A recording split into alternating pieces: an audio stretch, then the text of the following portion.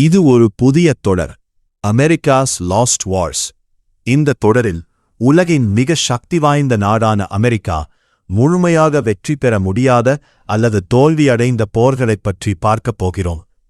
ஒவ்வொரு எபிசோடிலும் அந்த போர் ஏன் ஆரம்பமானது, என்ன நடந்தது, எங்கே தவறு நடந்தது, அதன் முடிவு என்ன. இன்று இந்த தொடரின் முதல் எபிசோட் இன்னும் அதிகாரப்பூர்வமாக முடிவடையாத ஒரு போர், கொரியன் வார். இது ஒரு போர் மட்டுமில்லை, இது இன்னும் முடிவுக்கு வராத ஒரு கதை. 1953 3 ஆண்டுகள் கடுமையான போருக்குப் பிறகு துப்பாக்கிச் சத்தம் மெதுவாக நின்றது. ஆனால் ஒரு முக்கியமான விஷயம் நடந்ததே இல்லை. Peace agreement.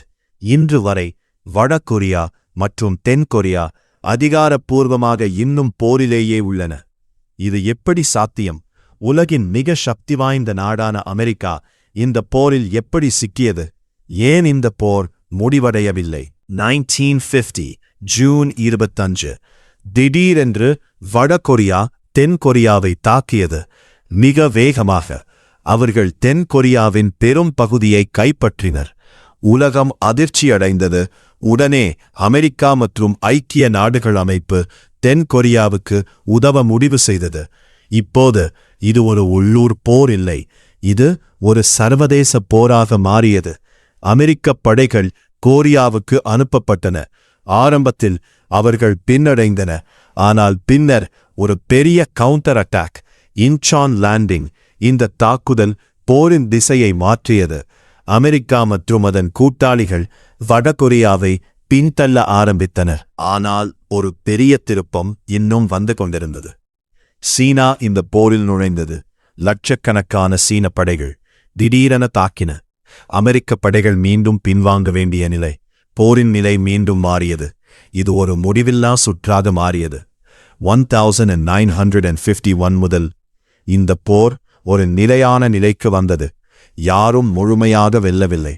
முன்னேற்றமும் இல்லை, பின்னடைவும் இல்லை. ஆயிரக்கணக்கான உயிர்கள் இழந்தபோதும் எல்லை சுமார் அதே இடத்திலேயே இருந்தது. இது ஒரு ஸ்டேல்மேட். 1953 ஒரு ஆர்மிஸ்டிஸ் அக்ரிமெண்ட் கையெழுத்தானது. இது ஒரு பீஸ் ட்ரீட்டி இல்லை, இது ஒரு போர் நிறுத்தம் மட்டும். அதாவது போர் தற்காலிகமாக நிறுத்தப்பட்டது, ஆனால் அதிகாரப்பூர்வமாக அது இன்னும் முடிவடையவில்லை. இன்று வரை வடகொரியா மற்றும் தென்கொரியா இடையில் DMZ என்று அழைக்கப்படும் எல்லை உள்ளது. உலகின் மிகவும் பாதுகாக்கப்பட்ட எல்லை.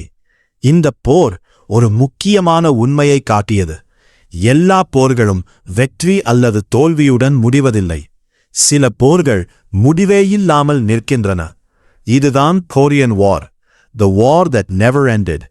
இது அமெரிக்காஸ் லாஸ்ட் வார்ஸ் தொடரின் முதல் எபிசோட். அடுத்த எபிசோடில் உலகையே அதிர்ச்சியடைய வைத்த அமெரிக்காவின் மிக பெரிய தோல்விகளில் ஒன்று, வியட்நாம் வார். அந்த போரில் என்ன நடந்தது, ஏன் அது தோல்வியாக மாறியது, அதை தெரிந்து கொள்ள இந்த சேனலை சப்ஸ்கிரைப் பண்ணுங்க. அடுத்த வீடியோவை தவறவிடாதீர்கள்.